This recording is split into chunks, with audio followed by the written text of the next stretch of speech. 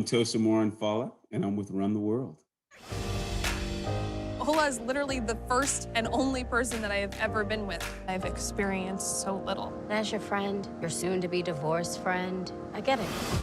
Well, the show is a celebration of Black womanhood, really. It's about four young Black women in their 30s trying to navigate their ambitions and their goals and their love life and everything in Harlem. And they run into obstacles both in the streets, at the office, and in bed. And that is, I think, really just the truth of the experience of being in your early 30s. And this story is unafraid to celebrate that and also just display the ups and downs of it, three-dimensionality of it. Now, I play Ala Adeyemo, one of the girls' fiancés. Amber Stevens West plays Whitney, the uptight perfectionist amongst the girls. And I'm her loving, doting fiancé. And everything seems to be perfect between us on paper.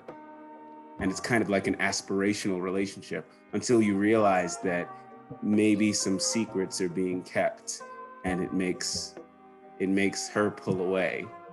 And I have to get to the bottom of why.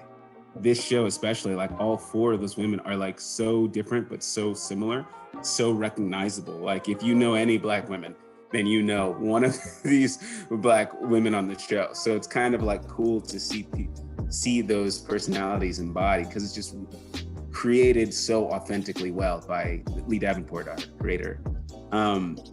For myself, though, I have to say, I really see myself in my character. And I hope that doesn't sound too vain or obvious, but first of all, he's a Nigerian American and I'm a Nigerian American. So it's like the duality of cultures that I represent is the same duality that he's got going on. And the kind of pushy, big, overwhelming Nigerian family that he has kind of pressuring the relationship is also something that I know a thing or two about. So in all aspects, it kind of like reminds me of my own life. Your brother is an incredible man. I am the lucky one. I asked for success to amplify my voice. Life isn't always gonna kiss your ass, sweetheart. You do not need to feel guilty about wanting more. Barack to my Michelle. I know I'm a lot. No. You hit the birth jackpot when you were born a Black woman. Hallelujah. I always knew that I wanted to be an actor. Like I always enjoyed it. I'd been doing church musicals. I came up doing that.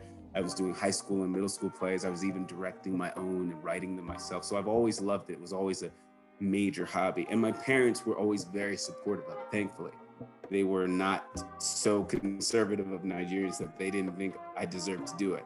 Now, when it came to making it a profession and majoring in it at college, they were like, you need to have a backup. You need to have a plan B.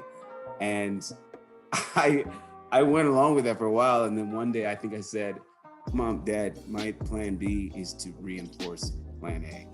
And they were like, oh.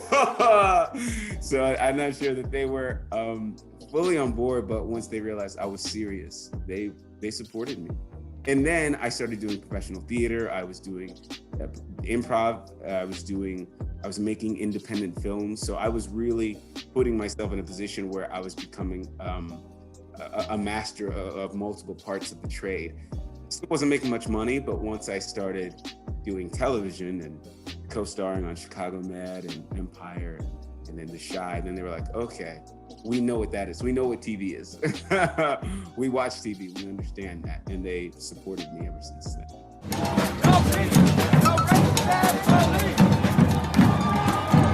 How did you survive through 2020 and remain creative and work through that process?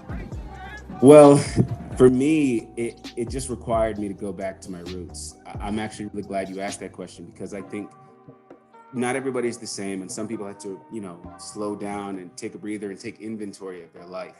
For me, I went into the writing chamber. I went back into the place where I started, where I was in charge of telling my own stories. I wrote a feature film I'm getting ready to go into production on that.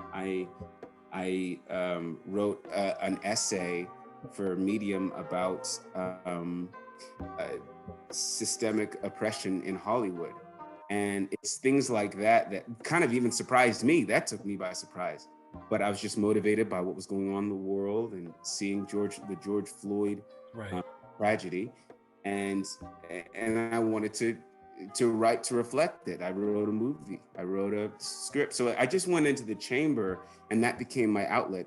And ultimately it became my next gig. So for me, I've always believed in being a self-starter. I've always believed if you were waiting on Hollywood or anyone to give you an opportunity, a handout, you might be waiting a long time. And it sucks that access isn't always there, but for that reason, I say, well, you got to open your own door. You got to create what you can while you can, and then show it, see where it catches fire. I'm on Instagram the most, I would say. That's Tosin.Morohunfola, Tosin.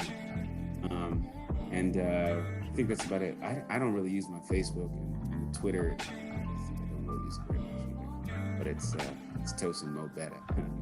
Hi, my name is Tosin Morohunfola, and you've just been buzzed.